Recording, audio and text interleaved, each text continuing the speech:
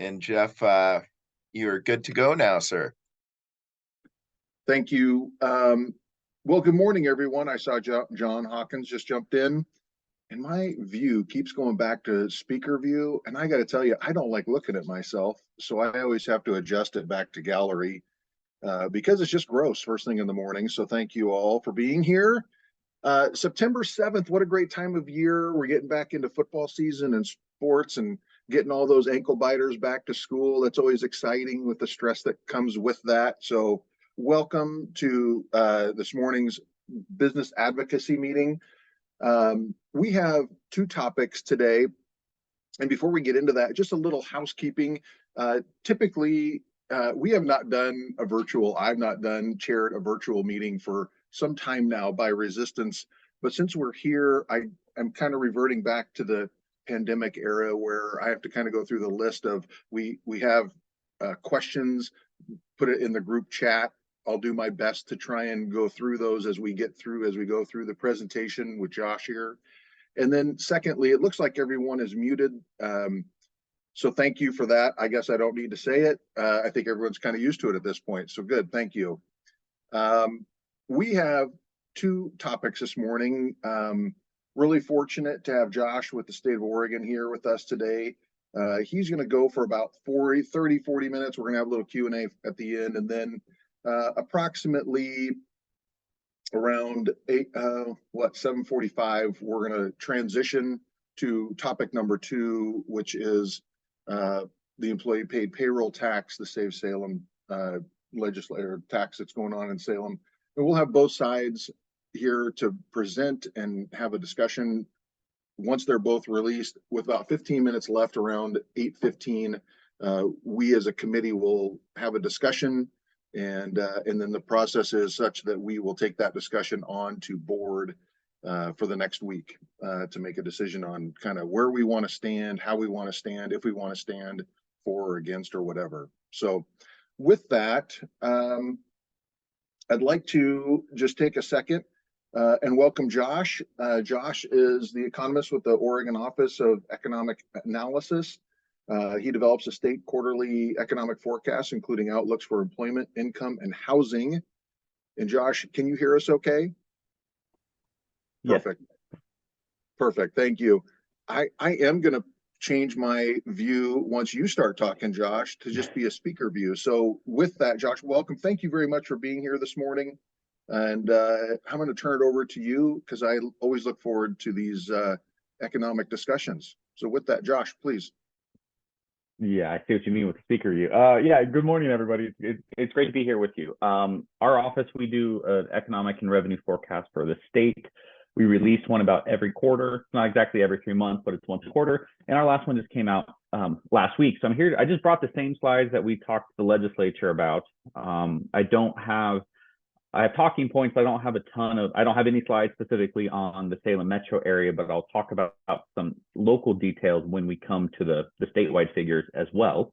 And just give it a big update on sort of the state of the macroeconomy, and then also the state of the state budget and how that's changed even within the last couple of months.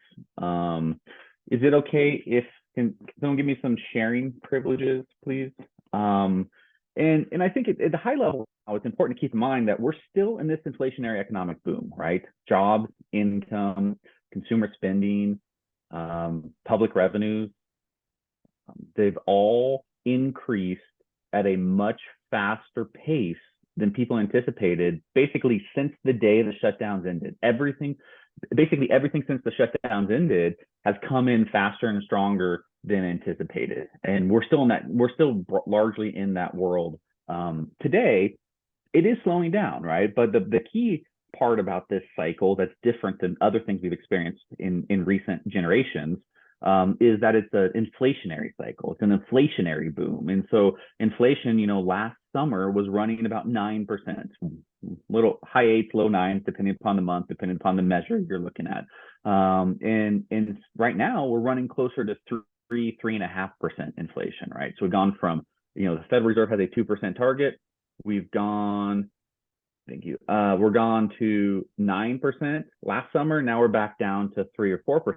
So in that sense, it feels really good, right? That we've gone from near double-digit inflation all the way back down to something, but that's still twice the Federal Reserve's target. That's the challenge, right? Is these last couple percentage points of inflation are going to be much, much harder to come by and to get down to the 2% if the Federal Reserve is 100% adamant that they're going to get to 2%. And I don't know that they are. That's just speculation. They say all the right things. They promise all the right things. They're doing all the right things. But when push comes to shove, if you have 3.5% inflation and 3.5% unemployment, I'm not sure how willing they would be to get to 2% inflation and 6% unemployment, right? That trade-off on the dual mandate between price stability and maximum employment, we haven't really hit that point yet where they have to make a choice. And so we'll see what choice that is over the course of really the next year to see if we're going to get to 2% inflation or have a recession or something like that. But right now, every month that none of that occurs, every month is another month where the inflationary economic boom continues, and in overall high level statistics in the economy are quite good. And so that's something to keep in mind. So the inflation is coming down. The Federal Reserve has raised interest rates. They say they're going to raise interest rates one more time. With the slowdown in inflation last couple of months, they might not raise that last rate hike that they're kind of expecting to do in November. We'll see, right? That's a couple months away. They have a meeting here in September. They're not going to raise interest rates by all accounts this month, but maybe in the November meeting they would. That's kind of what they've been signaling they would do, but we'll see how the data plays out. I think they don't want to raise rates anymore. They're cognizant. They recognize the risk that typically the past cycles have been, oh, we have inflation. Federal Reserve just keeps raising interest rates until something breaks. And when something breaks, then we have a recession. And they don't want to do that. They're trying to thread that needle of raising rates just enough to slow the economy and slow inflation, and then they can kind of ease off the brakes. And so I think this initial path of this descent, going from this huge inflationary boom to what we are today, this initial descent on inflation has gone as well as could have been anticipated, right? Better than we've seen in the historical record. And so far so good. The consensus of forecasters thinks the economic soft landing is the baseline, the most likely outcome for the economy. But we still have a little bit more ways to go. So we'll see exactly how that progresses. All right, I'm just going to keep chatting while the screen's working out. A couple things to keep in mind is broadly speaking, you can kind of think about the buckets of inflation a couple different ways. There's the supply chain driven issues where we overloaded supply chains during the pandemic. We've also had supply shocks like the oil shock from Russia's invasion of Ukraine and all that sort of stuff. Those have all normalized. Those have all kind of come back. So that's part of the slowdown in inflation. The other one is labor market, right? Wage price, not a wage price spiral, but a wage price persistence. And in that sense, the labor market has started to cool. It's still tighter, it's still stronger, it's still harder to come by labor today than it was in 2019. But in terms of job openings, in terms of average wage growth, in terms of things like that, the labor market has come off the boil, and we're kind of halfway back at a national level, right? Where businesses are a little bit less desperate to hire today than we were a year or two ago in the reopening phase of the cycle. As such, wage growth has slowed. When it comes to Willamette Valley growth, jobs in the Salem metropolitan area are, out of the metro areas in the state, are second strongest in the state, right? In terms of the whole cycle, Salem and Bend are the top two metro areas, and then only a couple smaller rural counties have seen stronger growth than Salem and Bend. And so one of them is Crook County, Prineville, out there in Central Oregon, and then also Morrow County up along the Columbia. They've had a boom for really the last 15 years at this point. And so other than that, right, the bright spots for employment in the labor market certainly show up in Salem and in Bend within the state of Oregon, outpacing the nation, outpacing the state overall numbers as well. And it's really broad-based. It's really across a lot of sectors, except manufacturing, not quite all the way back to manufacturing in Marion in this cycle. And I think a lot of that has to do with, if you look at, I haven't dug all the details, but if you look at the seasonality stuff, a lot of it's going to come from the food manufacturing stuff. And we've had the big shutdowns, the NORPAC shutdown. It's been a while now, but that's still sort of impacting the numbers, you could tell. And so that'd be something to keep in mind. But overall, it's broad-based and really strong here in the mid-Willamette Valley. Josh, we do have you on co-host, so hopefully you can share screen now. Our apologies for that at the start. Perfect. Thank you. So here's the labor market's halfway back, starting to cool some. We have more to go. So a big theme we've been hitting on for really the last recent quarters is this idea of another way you can help cool inflation is with better productivity, right? So if your firm is able to produce more output, more software, more products per employee, that means that even if you have cost pressures on the production side of things, you don't have to one for one pass those on to the consumer or the next person in the chain. And so better productivity allows for rising wages, and it can help cool inflation because of the improvements in the overall structure of the economy. There's 3 reasons to be optimistic or more optimistic about productivity in the years ahead, and the decade ahead, really, not just the next year, but like the decade ahead, than we have seen in recent decades. Productivity has been really slow in recent decades. One of them is federal investment, right? And that has to do with the Infrastructure Act, the Inflation Reduction Act, the CHIPS Act. It's a big increase. Like, it's a big increase in federal spending, especially outside of wartime, especially when it comes to direct investment. We haven't really done a ton of direct investment at the federal level. You can make the case we haven't done a ton of direct investment at the federal level since we wound down the space program, or since we certainly shut down all the military bases in the early mid 1990s, right? Like, I mean, this is a big sea change relative to what we see from public policy. And here you can see there's a big boost of 0.5% of GDP for a number of years, more than that. And then the impact, it's one thing to approve it in a budget, right? It's another thing to see it come to fruition in the economy. So there's a delay there.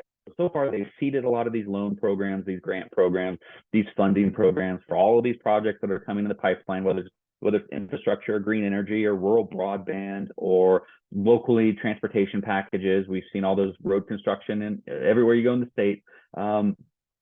It's one thing to approve the money, but then you have to go through the RFP process. You have to design the projects. You have to get them shovel ready, and then you do the project. And then once the project's done, then you see the better productivity, the better movement of goods and freight, the better movement of information across broadband in our rural communities, all that. So it's like that delay of where the productivity is going to come from is years down the road, but this is pretty significant investments we're going to see throughout the country.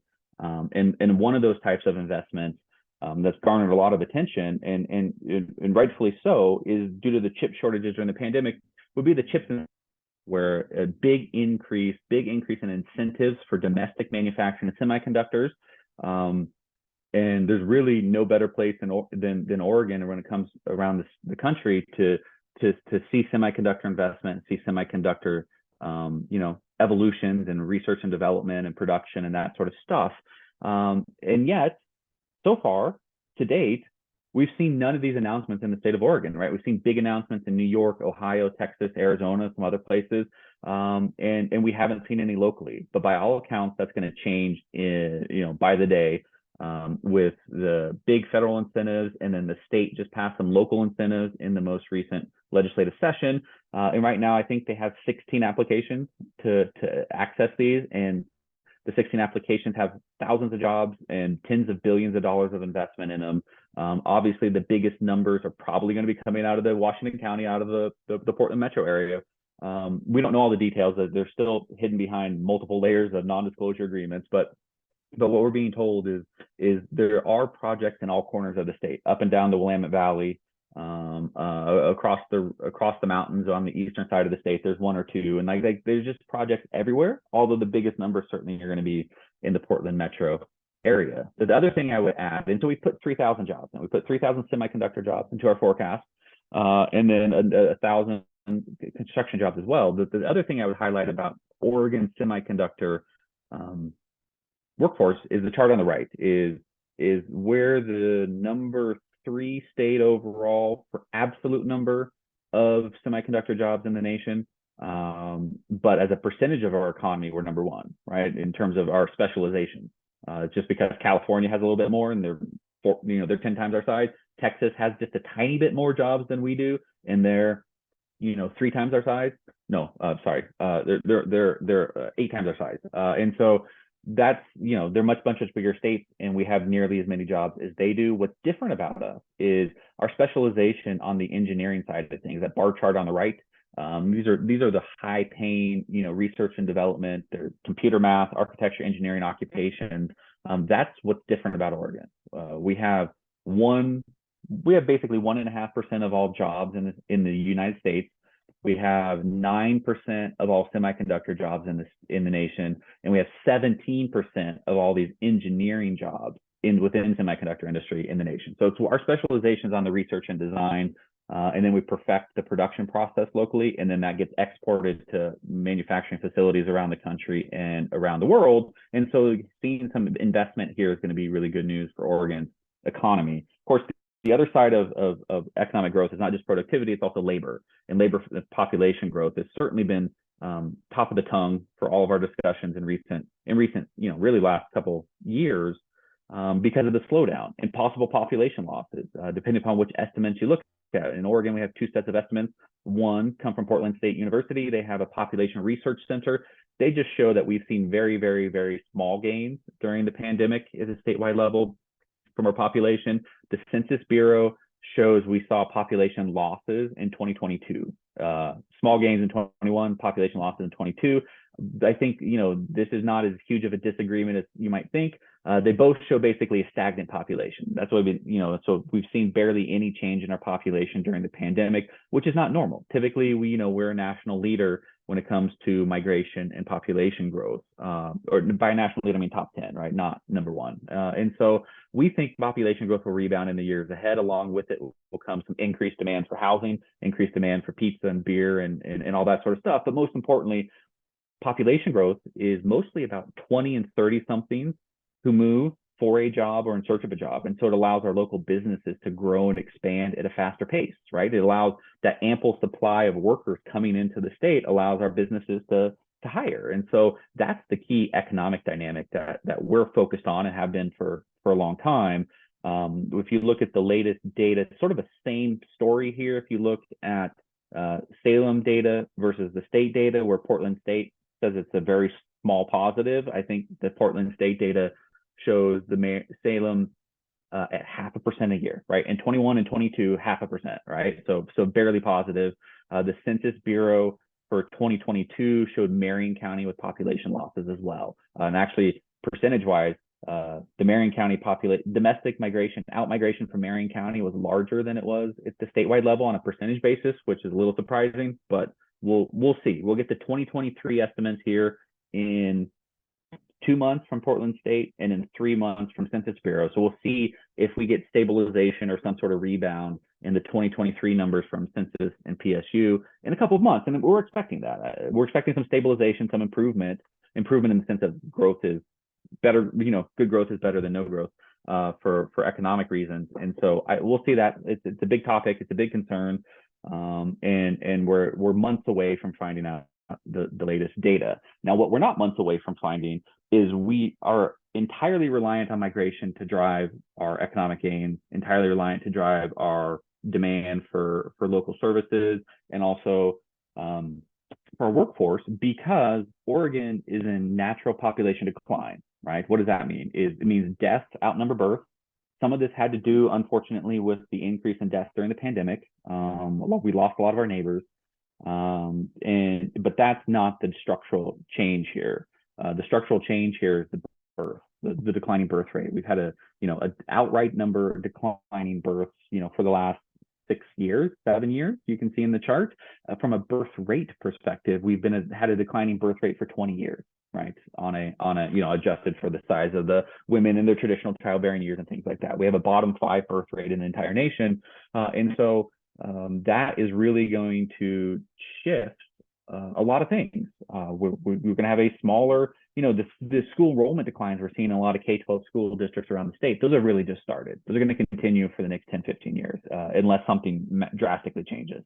And so, and while the birth death ratio outlook for Salem has been positive still, right? Except once you adjust for the pandemic issues, of course, but it's still been positive, stronger than it has been statewide for some time. If you look at the latest county level forecasts from Portland State University. They came out during the pandemic. They came out in 2021, right? So it's not a great time to be adjusting these things. But they think that the demographics, even in the Salem region, are going to turn negative by like at the end of the decade. So here in another 6-7 years, expected that deaths outnumber births in Marion and in Polk County based upon those latest forecasts. So it's impacting all of our communities around the state. Our metro areas have done a little bit better than our rural areas, of course, but these long-term trends are everywhere. They're nationwide, and they're certainly spreading to be statewide here in Oregon. In terms of revenue, I can go into too much detail as you want. I'm just checking the time real quick. The engine of personal income taxes is withholding, and withholding is mostly labor income, right? Mostly every time you get a paycheck, you get some withholding out of it. There's other stuff in there too, which can pollute the numbers, or there's always some spillover from high income folks adjusting their withholding, maybe when they have some capital gains or some stock options or something like that. But overall, you can see here, this broadly tracks the economy, and so we get daily numbers on withholding, and we track them just to see what it was. And we saw this big slowdown to start the year. There in early in 2023, we slowed down to 1 or 2% on a year-over-year basis, and it was really surprising because that's a number we never see in Oregon, right? Normally we see that 5 to 10% over on the left in an expansion in a good economic, solid economy. We're seeing 5 to 10% withholding fluctuating during that, and then we kind of drop down in a recession, then we come back up. And so 1% we either see into a recession or out of a recession. And so that was a concern. How much had the economy slowed? These labor market slowdowns in Oregon, or the cooling of the economy and then potentially reaccelerating today, has been more pronounced locally than it has been nationally. And so seeing that rebound and withholding in the last 3 months has certainly been encouraging. I think the labor market is reaccelerating here in Oregon. That's good news. It's harder to find workers, but it's good news for the labor, certainly. And so I think this is something to keep in mind. This is also feeding into stronger revenue numbers, of course, for the state of Oregon. This is the different components of income for the 2022 tax returns. Of course, we're most of the way through 2023 yet, but we won't get year returns until next spring. But I think that the crux of the issue is this. The crux of the challenge when it comes to forecasting, when it comes to trying to gauge the state of revenue in the state of Oregon, is during the pandemic, we saw a massive increase in non-wage income. Here's capital gains, right? So if we go back to 2020 was a record year for capital gains in the state of Oregon. In 2021, we went up 80% off of the record, right? And so this is the sort of dynamic that really drove the kicker. It's not so much that we underestimated jobs and wage income, although we did a little bit. It's really this non-wage forms of income that spiked, 80% off of a record, and that was unanticipated, to say the least. And so we had this big increase, and some of it had to do with potentially, there's going to be federal tax changes, people talking about raising tax rates at the federal level with the new administration. We had high valuations. It was a great time to sell a business or cash out a business or cash out some gains, all that sort of stuff.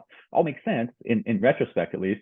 And so we had this big increase, and then it comes back down. And so then the question, the uncertainty is, how far does it come back down? You can see in past cycles, they can decline by like 75%, 80% from peak to trough, and it's a multi-year process.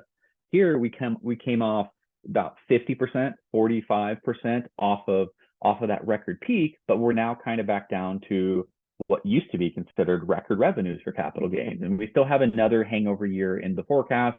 We'll see. The stock market's doing pretty well this year, considering 5% Fed funds rate, where inflation's been, and the slowdown in some of the economy, all that sort of stuff. The stock market's holding in there quite well. And so we'll see exactly how capital gains play out this year. But this dynamic of a huge surge during the pandemic, it comes off a little bit. But then do we have a hangover, or do we continue to grow at these kind of inflationary economic boom rates? That's really the struggle our office has had during the last year in particular. And so that's just kind of feeding into the year-to-year changes can be quite wild. But long-term trends, long-term thinking about demographics and wages and jobs and all that sort of stuff, is more steady. But trying to manage those swings around that anchoring outlook has proved very, very difficult. And then on the other side is the corporate stuff has been not as volatile, but structurally different. And here we're looking at a chart that compares underlying corporate profits. These are US numbers because we don't have Oregon profits. There's no such thing. They only portion it out on return. So we're looking at US economic profits in gold. And then we're looking at Oregon corporate excise taxes in blue. And you can see the lines move together for decades, right? This is a long-term trend where, broadly speaking, profits go up, your taxes go up because you're taxed based upon profits. But in the last handful of years, we've seen this big divergence between we're getting a lot more corporate taxes given the level of profits than you would have anticipated as of 5, 6, 7 years ago. This is seen in most states, almost all states. And so that sort of points to a macro, like a broad change, and nobody can finger the exact reason for it. We talked to our counterparts in other states, and we're all just kind of like, yeah, we don't fully understand this, but we kind of think it's the Tax Cuts and Jobs Act, whether it's the base broadening or some of those other, the guilty provisions or recognizing some more foreign income on your domestic return, that sort of stuff. And so you get a tax cut at the federal level. But if you have if you're recognizing more income on your US return, that means you have more US income or more profits to apportion to the states. And that seems to be what most people think is happening. But when you try and identify the specific provisions of the bill, the legislation of the changes, it's a little harder to identify it specifically more than broadly. And so the concern here, or the question is like, well, anytime you see this longstanding history, this pattern diverge, it's like, is this a temporary blip or is this a new permanent structural thing? And at this point, we think it's a new permanent structural thing. And so we've continued to raise the corporate tax forecast quite a lot as a result of anticipating this type of pattern to continue. And of course, profits remain strong nationally. They're off a little bit in the last 6-9 months, but they're still quite strong historically. And so that's going to continue to feed through into stronger corporate revenues for the state. Now, this is a convoluted table. We can never explain it, but the upshot of it is we closed out the last budget, 21-23 biennium that ended June 30th. We're now in the 23-25 biennium. You let the accountants do their thing on closing the books at the end of a budget period. Now we've opened a new one. Upshot is the bottom number, $437 million. The legislature now has an extra $400 million of wiggle room in the budget. That'll, I don't believe they're going to do anything about that until the short session coming up in January, February. But there's a little bit more breathing room in terms of if we have volatility, if the economy slows, or if other things go on, the legislature has some money to spend should they so need it when they get together next year. You can see here in terms of the last column, the biggest changes on that corporate line. That's because we're continuing to feed in that higher corporate outlook due to that difference between taxes and profits at the local level. We're raising the corporate tax forecast. You can see the last bullet point. We've raised the overall forecast by about 2.5% in the out years. So we've not raised it just today a little bit. We've raised it in the out years as well, just in keeping with the stronger economic outlook. Of course, the corporate outlook being about half of that increase. Personal income taxes, a little bit stronger wage growth in 5-10 years down the road is feeding into the other half of that increases in the out years. What most people care about on a personal basis would be the kicker, right? We've now officially finalized the last biennium 21-23, and we have a $5.6 billion kicker that'll be paid out next spring when we all file our tax returns next year. And here is a rough guide to what we call what's your cut, where depending upon your income, you'll get a different kicker size. And that's something that sometimes people have questions about or want to talk quite a bit about, is we pay the kicker out the same way we take their money in, right? So everybody gets the same percentage back. So in that sense, it's equitable, right? Everybody gets the same percentage back. The issue is income inequality in Oregon. Income inequality in America is quite stark, right? And so we know people at the high end have a lot of income and people at the bottom don't, right? That's how distributions work. And we have pretty sizable income inequality. And so even as everybody's getting the same percentage back as a credit on the return next spring, the absolute dollar amounts vary considerably. The typical taxpayer is going to get back about $1,000 next spring, where of course people higher up the income distribution are going to be getting back $9,000, $45,000, a lot larger, but on as a percentage basis, they are the same. We are going to officially certify the kicker by October 1st. and that'll have a percentage in it. So there'll be a credit percentage. I know there's a John's on here, there's probably some other accountants on here too. The credit on the return is going to probably be somewhere in the 45% range. We're not quite nailed that down yet. That's the last thing we're waiting on. But you will take your 2022 tax liability, multiply it by that percent, which will be somewhere around 45%. That number you'll enter on a line on your return next spring, and that's your exact kicker amount, your kicker credit you'll get. But you can see the information here. The last thing is it's a little early for this, but along with this inflationary economic boom and public revenue boom, we've seen it across a lot of different revenue streams. It's not just personal and corporate taxes, which of course are the biggest ones. It's across vice revenues as well. Lottery, alcohol, cigarettes, marijuana, tobacco, they've all seen booms in consumption and spending patterns during the pandemic as well. You know, I usually say something about it's 5 o'clock somewhere, and it's usually like on the East Coast or something, but I don't know. I don't even know if we're talking like Poland right now or something. But you know, it's important because these are dedicated revenue streams. A little bit of these go into the general fund, but a lot of these are dedicated to fund, you know, county economic development from lottery, or Business Oregon from lottery, or pay off debt service, which is used for a lot of infrastructure projects around the state. Like a lot of, you know, we bond out of the lottery revenues as well, right? Like, so it's important that there's actual public functions here in terms of what the revenues do, in addition to providing entertainment for some Oregonians. Alcohol sales during the pandemic, the concern initially was, well, we're all staying at home to a greater degree. We're not going to go out to eat. We're not going to go out to the bars and the restaurants like we used to, and we didn't for a while. But we made up for that. There was no shortfall in alcohol revenue because we all went to the store and we all drank in our basements for that first year and a half of the pandemic. And then the other thing I would note is that marijuana is not a large revenue stream. Obviously, it's a newer revenue stream, only being a handful, decade old at this point. But 20% of Oregonians admit to federal survey takers that they use marijuana on a regular basis, right? It's still a Schedule I drug. You're still telling federal researchers you're using a Schedule I drug. And so it's probably a low bar number, right? It's probably a higher number than that, not significantly, but it's a higher number than that. But anyway, 20% of Oregonians use marijuana on a regular basis. 17% of Oregonians smoke on a regular basis, right? So we've hit that crossing point where there's more people using recreational marijuana than they say they smoke cigarettes. And so that pattern has flipped a handful of years ago, and it's going to continue in the years ahead as cigarette consumption goes down. We're not looking for a huge increase in marijuana consumption. We think that we've kind of topped out on some of those usage rates, but we could see some upside surprise. But cigarettes will continue to go down. Marijuana is holding steady at around 20% the last couple of years. In terms of the revenue forecast, they're relatively unchanged. These are all really small numbers. They're all less than 1%. They're all like mostly less than 0.5%. So these are changes from last forecast to this forecast. They're just a couple $1 million. No large changes there. They have growth built into them from a lottery, corporate activity tax, marijuana revenue forecast. They all have growth built into the years, but the changes quarter to quarter are very, very small. The last thing we always end on is the state has ample reserves for the first time in its history.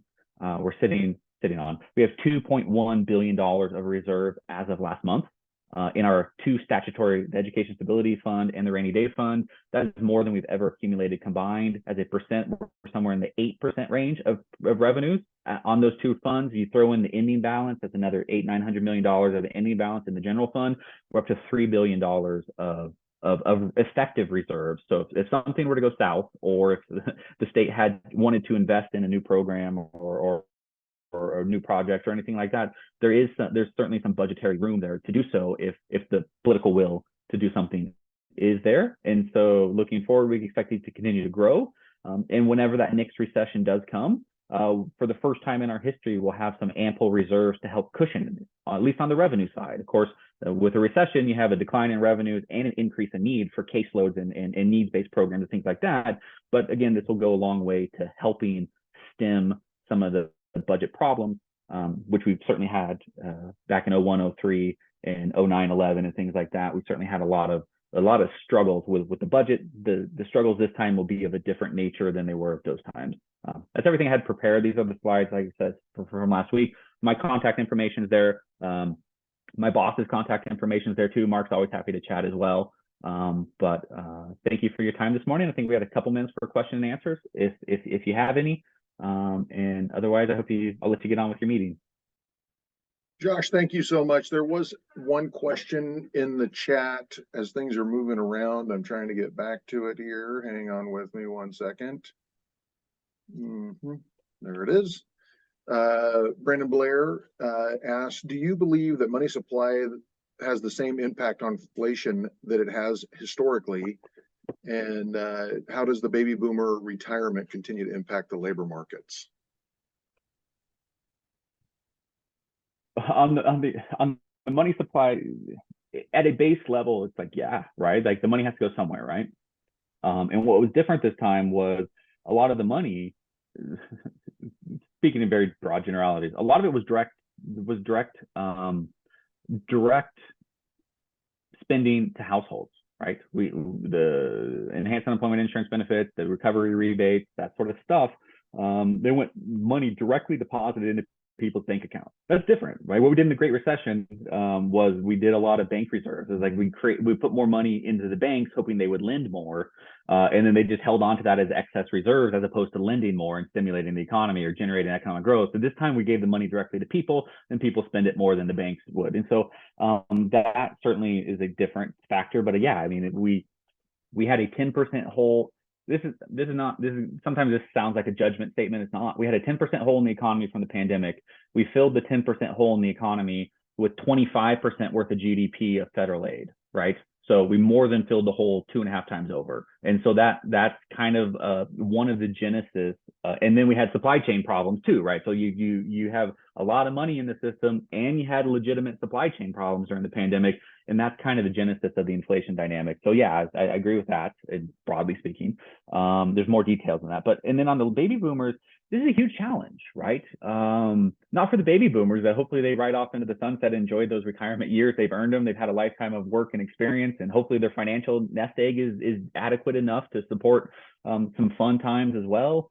But for businesses and for the economy, it's a huge challenge because we're not just losing any old worker. We're losing those people with those lifetime of experience. And a lot of times the industry specific, firm specific knowledge and institutional knowledge, losing that out the door is a huge challenge to overcome.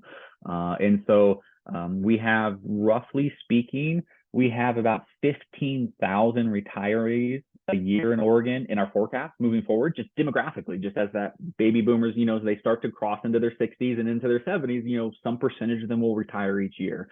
And so 15,000, that's like 2,000 a month. So we have to see job growth of 2,000 jobs a month in Oregon just to tread water.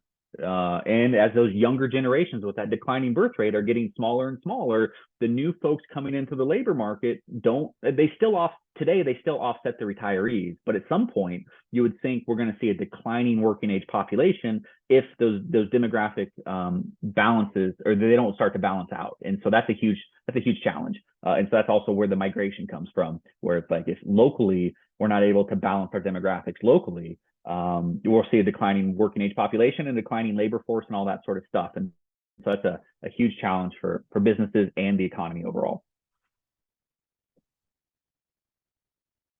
Thank you, Josh, and Brandon, thank you for the question. Not seeing any other questions.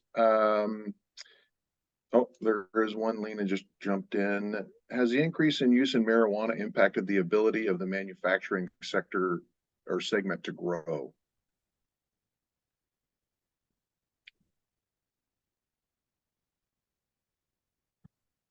That's a firm by firm decision, right? And I know they'd like to point at the insurance stuff or whatever, that we have to abide by certain drug testing rules or whatever. That's still a firm by firm decision. So I would say at a broad level, no, right? We're at a record high employment, right? So that's also part of it. And so that I think to the extent that, I think at a macro level, the answer is no. At a firm by firm choice, that's I can't speak to that. Yeah, I've got a question here in the room. Rich, what's your question?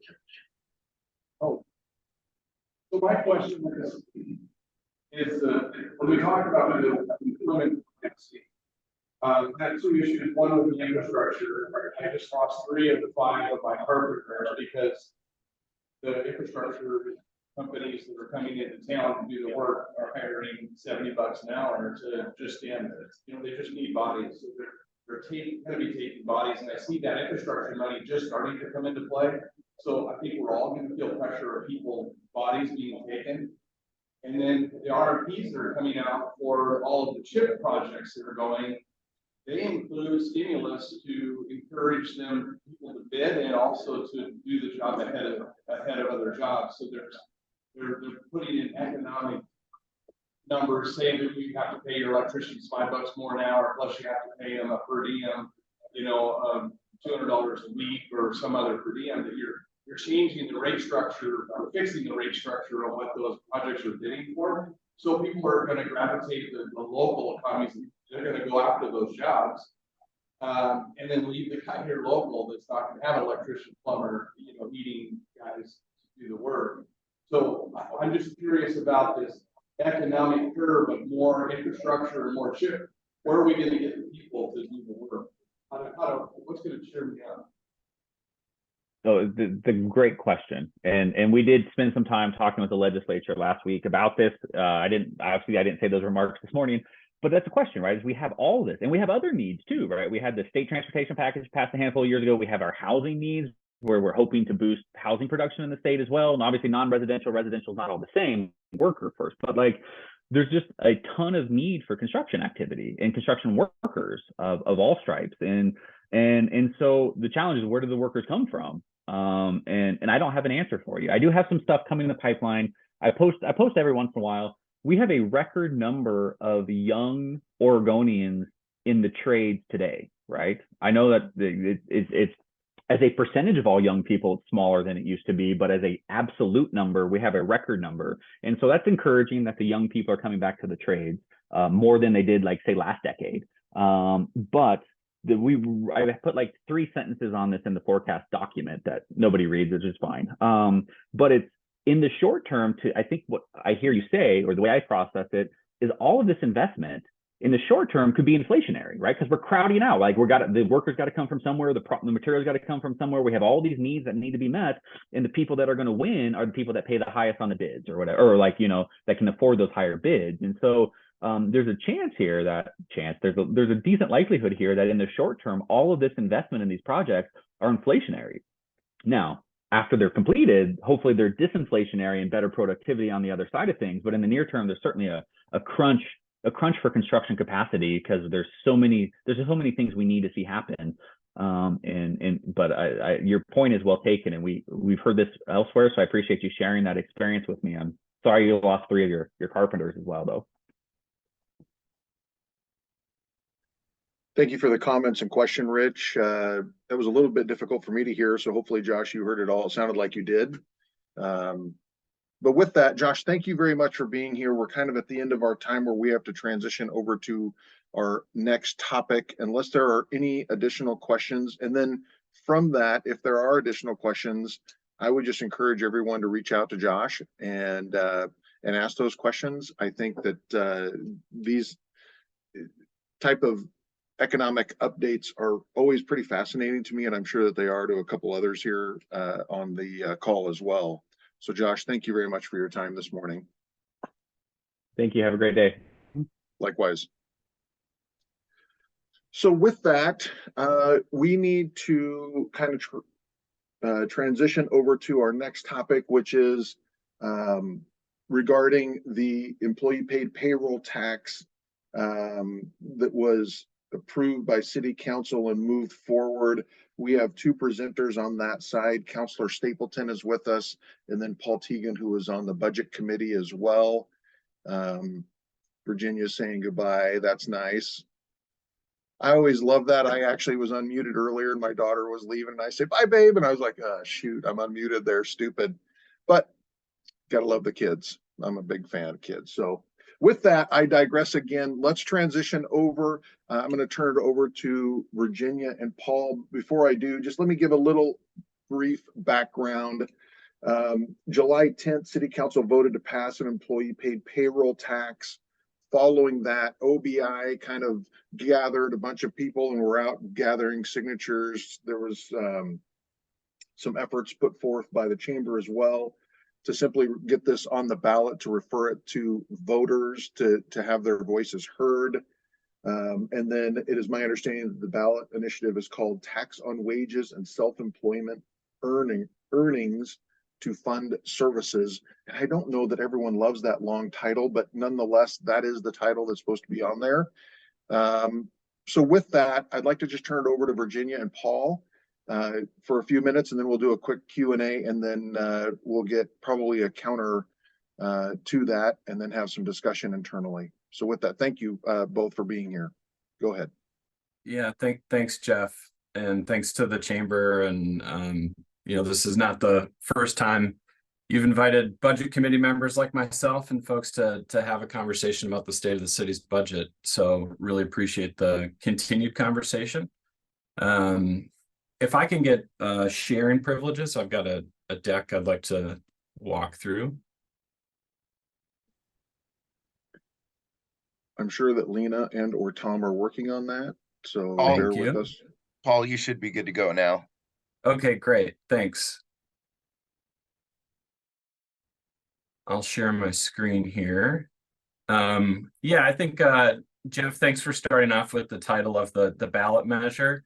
Not our favorite name either, so we decided to go something really simple for our political action committee focused on the yes vote, and we decided to call it Save Salem. I'll just walk through briefly who our committee of 4 city volunteers are, so you understand who's behind this effort. My name's Paul Tigan, as Jeff mentioned. I'm formerly of the budget committee. I finished my time serving on the budget committee at the end of June this year. Served for 6 years, 2 of those years as chair. Dr. Irvin Brown is a current budget committee member who represents Ward 5. Michael Slater is one of your planning commissioners on the City Planning Commission, and of course, our esteemed colleague, Virginia, who's council president and represents Ward 1 on the City Council. My daughter is 8. She said, "Where's your office?"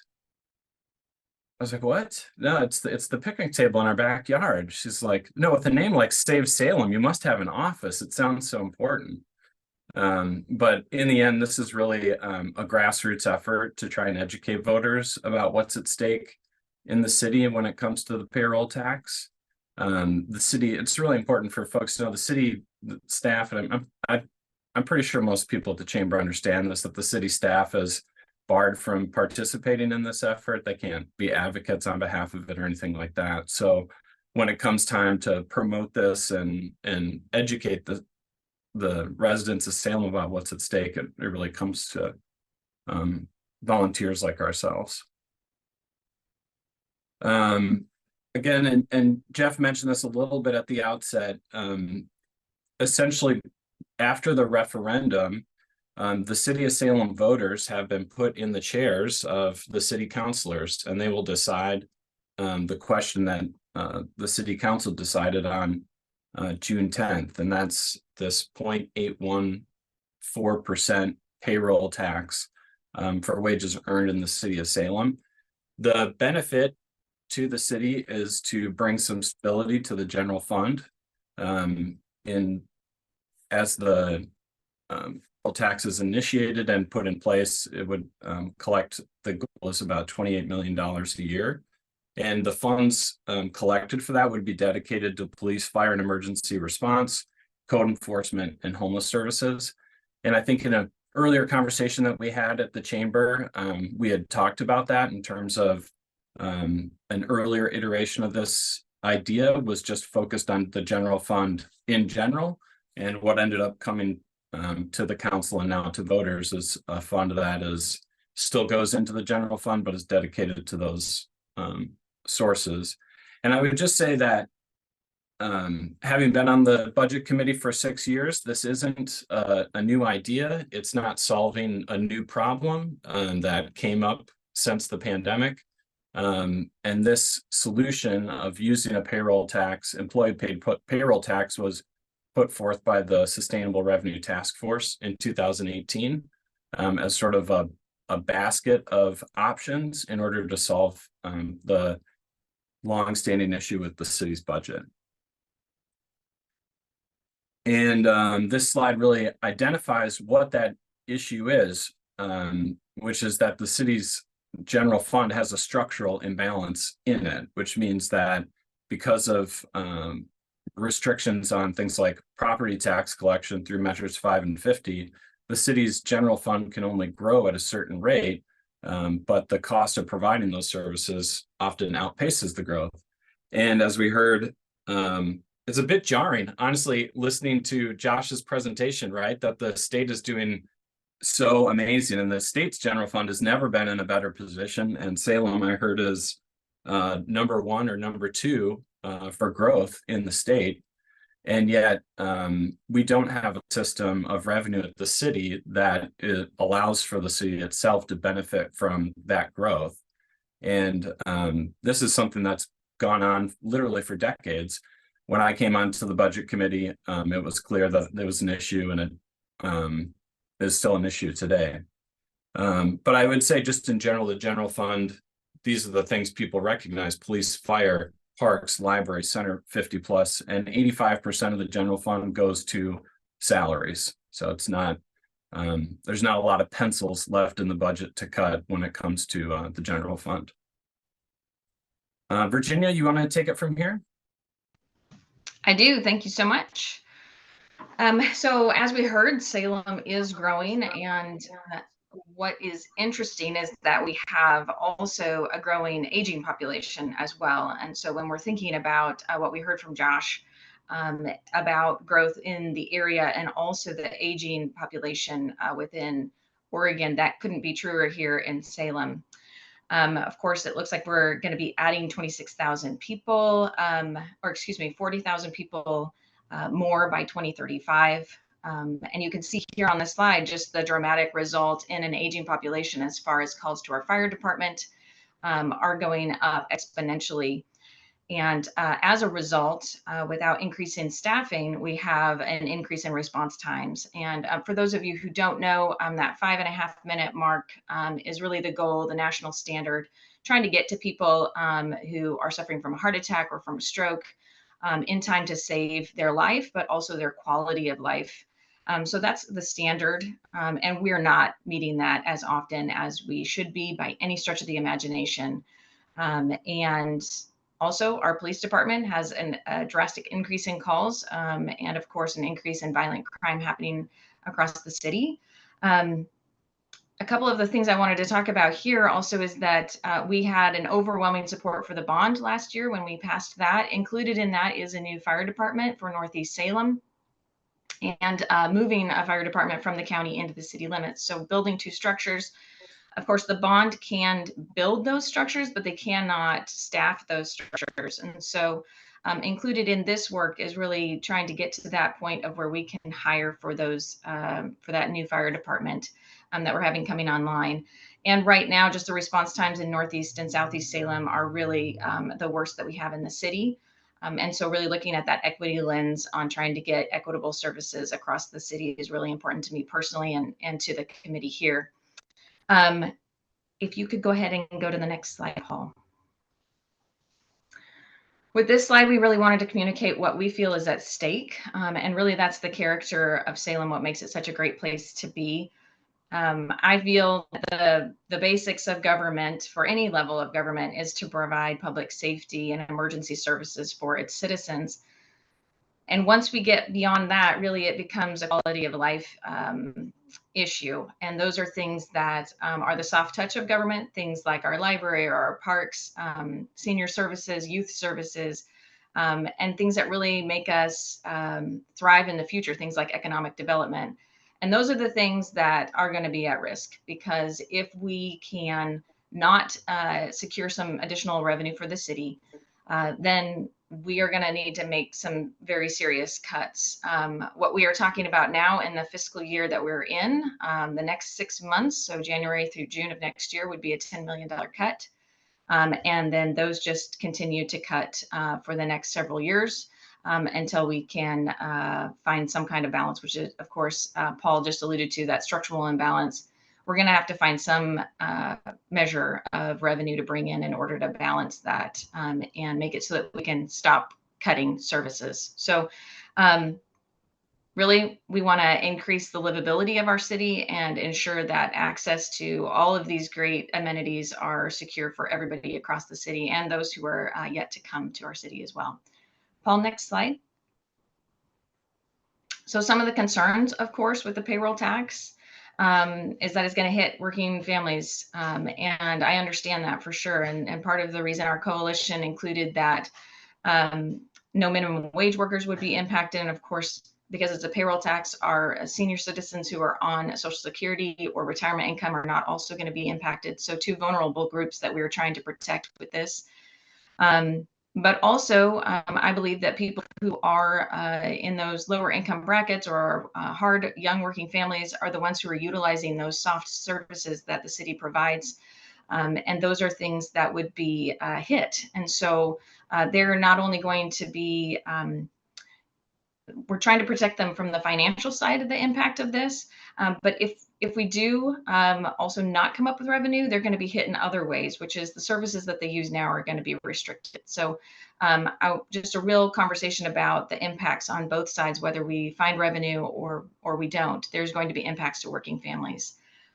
Of course, you all know, but our biggest employer, the state of Oregon, does not pay into the system here for property tax. And so this is a way that we can recoup some of the losses that we have from servicing those buildings and helping in all the ways that we do. We just got an email probably a month ago about the number of calls that the fire department and the police department go to service the buildings and help the folks who are working at the state. It's really high. There's a lot of calls that go in. So we're just trying to find ways to recover some of those losses. Of course, there are so many folks who work in Salem but don't live here. And of course, they're utilizing services as well. And I'm pretty sure if I was working in a different city and had a medical emergency, I would love to have make sure that emergency services are there for me as well. So we want to make sure that everybody visiting our city, those working here, all get the same level of service. And in order to do that, we need to increase our revenue. So with that, I will hand it back over to Paul.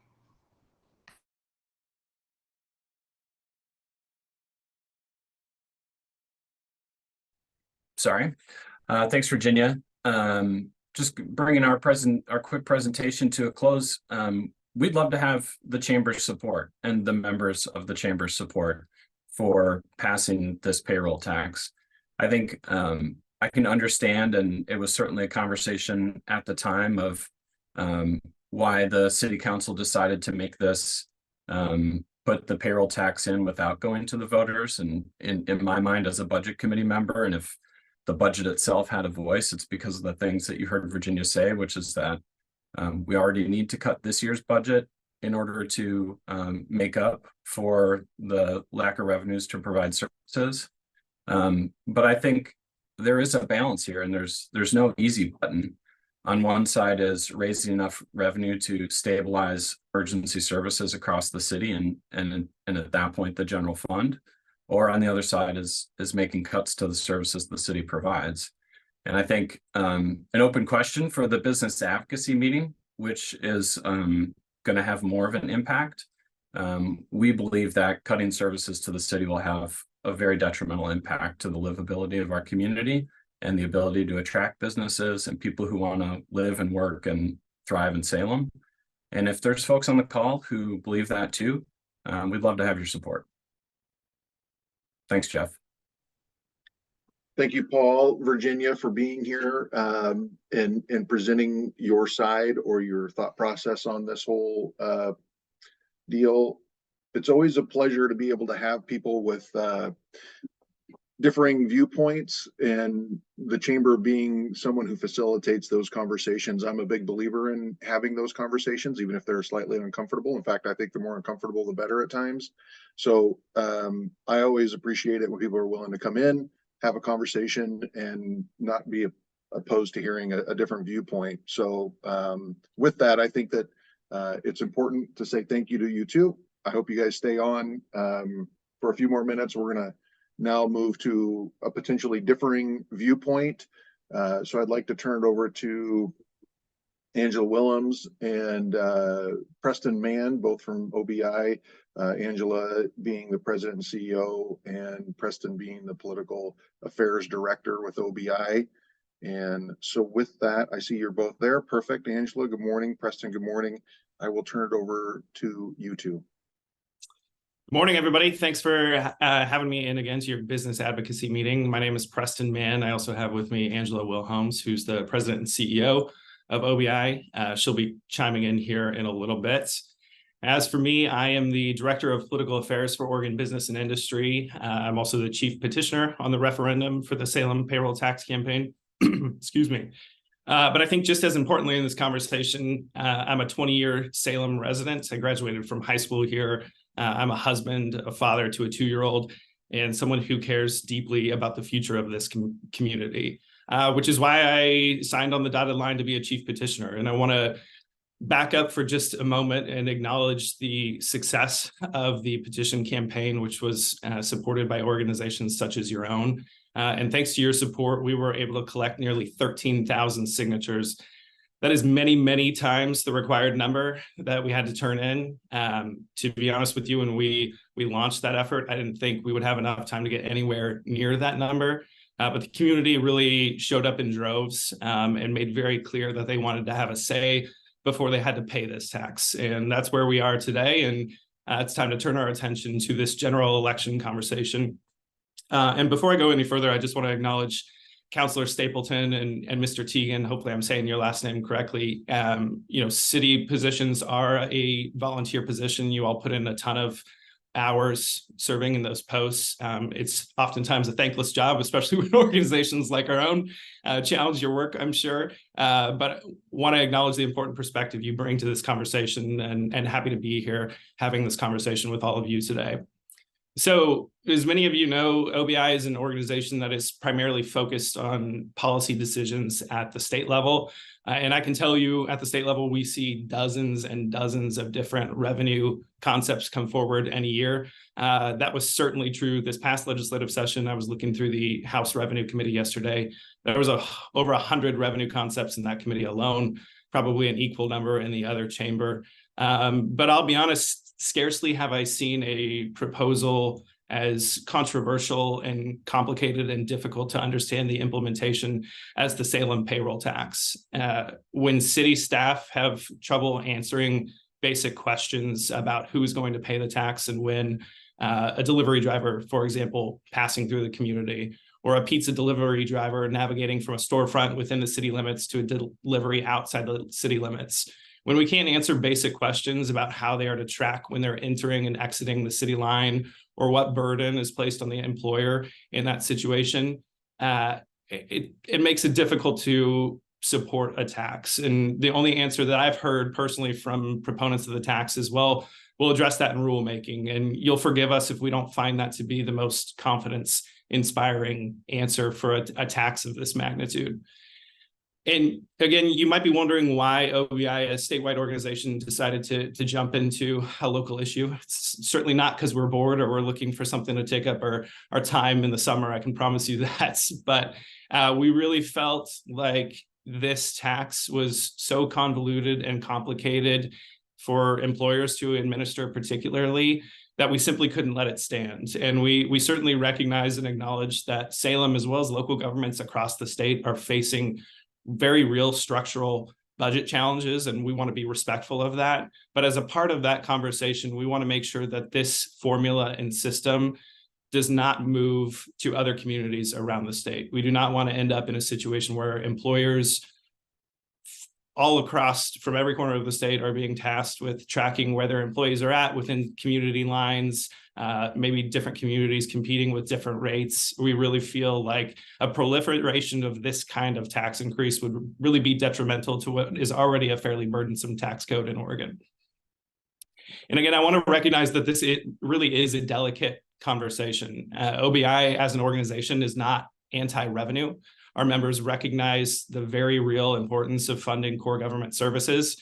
And I want to acknowledge that the city has raised a very legitimate concern about the state government not paying their fair share.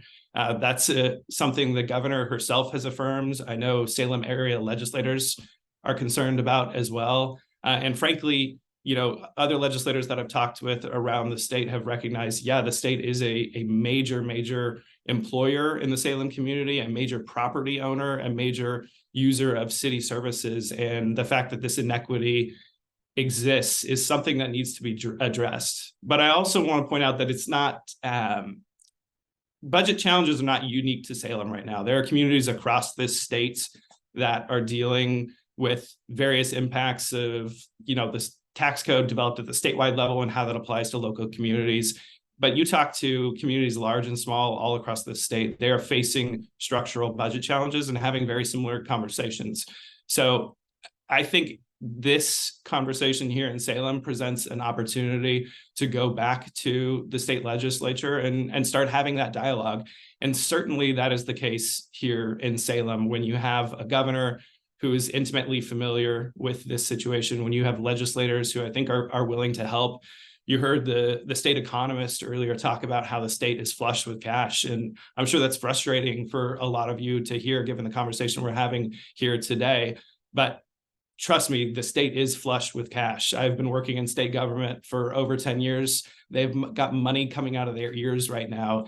And I would encourage all of you to contact your Salem delegation, to get in touch with the governor's office. I know the mayor himself is a former legislator, and have those conversations. Yeah, the state's probably not going to just hand over a check, but again, I think they recognize that there is a real issue here that needs to be addressed. And I think that's the most appropriate forum for this conversation moving forward. But before I go any further, I haven't talked much about the people that are going to be most impacted about this via this tax, and that's Salem workers. You've all heard these figures before, but they're certainly worth repeating. For a Salem worker earning the city's average annual income, this tax is going to cost over $500 a year. That's $1,000 for homes with 2 working adults. That's a lot of money. People are struggling. Inflation has skyrocketed. Housing prices are through the roof. Gas prices are well above average. The last thing Salem workers can afford right now is $500 or $1,000 in new taxes. I'm sure you're hearing from your employees about the challenges of making ends meet right now. People across this community are feeling this pinch, and this is a lot of money to ask them to pay at a time like this. But I think just as concerning is proponents of the tax have made pretty clear on a repeated basis that this is just the first step. They will come back for more revenue. And you can bet if this tax is still on the books, increasing this rate will be the first option that they look at. And I want to remind you, there is no tax on this cap. There's been some comparisons made to the Eugene payroll tax. There is a cap on that tax. And with respect to the Salem tax, a simple majority of councilors can increase this tax at any time. So if you're of the opinion that this is a relatively modest approach, I would encourage you to keep listening, because there will be asks for additional revenue in the future. And finally, I want to acknowledge and affirm that community safety does matter. We all want our police officers and firefighters to have the resources they need to keep our community safe. I'll just give you a relatively scary personal anecdote. My wife and 2-year-old were in a car accident just 2 days ago. I've never been more grateful to see paramedics and our police officers. Thankfully, everybody was okay. But if anyone is under the impression that I want to see police officers or firefighters defunded, you are mistaken. We all, I think, at this table agree that we want our emergency providers to have the resources they need to keep this community safe. This is a conversation over whether or not this payroll tax is the appropriate approach for accomplishing that means. I will be honest, at times this conversation feels like a little bit of a false choice, which is accept this payroll tax or these services are going away. That's not the case. This is a question over whether or not this payroll tax is the appropriate approach for this community. There are other revenue options available.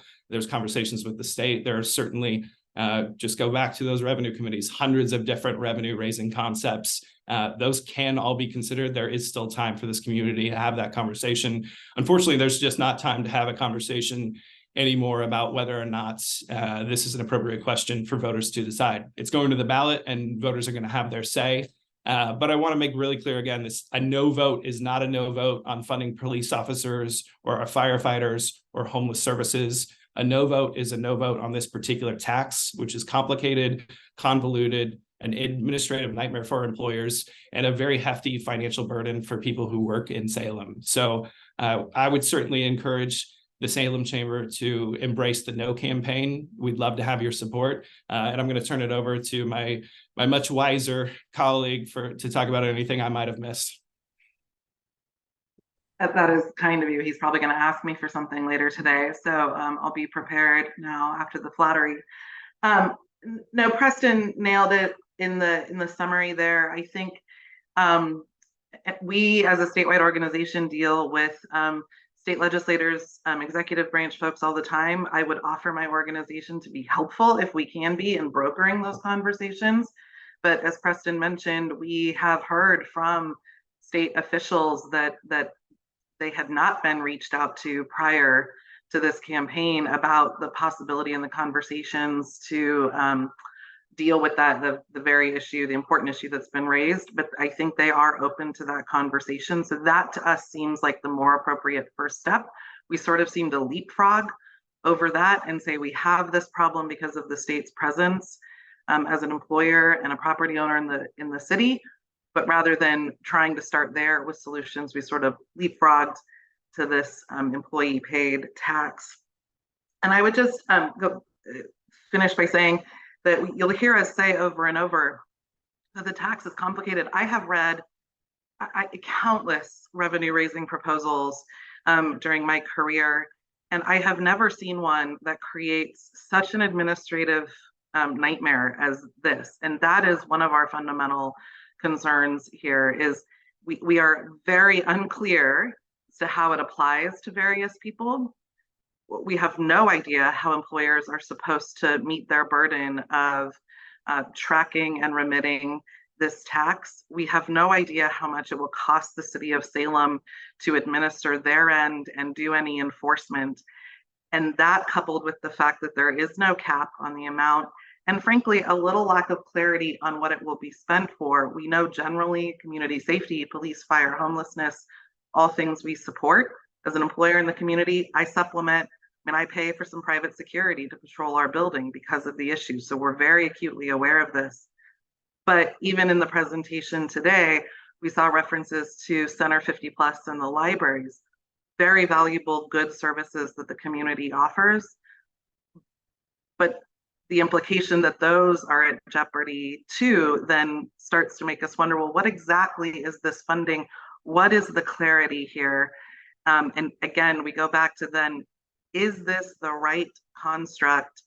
And we can't sit by and support something that we believe is going to be just so difficult to administer and so costly. So I'll leave it at that. We've said it. We don't need to keep repeating it. We're happy to answer any questions.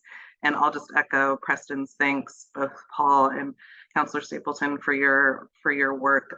It is thankless as an understatement, but it doesn't go unappreciated. We just appreciate the opportunity to engage in the conversation. Thank you, Angela. Thank you, Preston. With that, I'm not seeing anything in the chat for questions for either group at this point. I'm going to give it just 1 second here before we cut you all loose. In the meantime, I've got a question in the room. Yeah, please.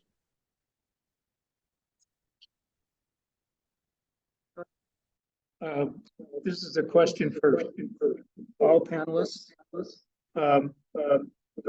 The suggestion of OBI has been that the first target ought to be increasing or getting the state to pay for the inflow of taxes. But other than that, particularly to the OBI representatives with your extensive experience on different revenue options and throughout the city, do you have anything other than going to the state legislature, any other options that might be more comfortable for you? I think I caught the question. There was a little bit of feedback and echo, so if I missed the mark in answering, redirect me. So I appreciate the question. Right now, we're just really focused on this. We have 2 months now until the general election. And so we're very focused on the proposal before us. This has all happened very, very quickly. So right now we're really interested in making sure voters are aware of the complications and the confusion around this nature. And we don't think this will solve some of the problems. In part, we think this is hard to administer and enforce. So we're open to being part of the conversation, both as an organization based in Salem, as an employer based in Salem, part of the conversation going forward. But right now we're singularly focused on making sure voters understand what's before them in this particular package. Thank you. Looking here. Okay, well, with that, thank you all for being here. Angela, Preston for the presentation. Paul, Virginia, thank you as well for being here. We will kindly excuse the four of you. We will then have a conversation just so that we're all on the same page. We'll have a conversation with this committee that will then go beyond this to the board of directors to see if there is any kind of position, non-position, a stance one way or another. I think there will be some internal conversation here for a while. So with that, thank you very much for being here. And Thank you all. I'm sure yep. Thank you for having us. Thanks. Make it a great day, Thanks. guys. Have a good day. Yep.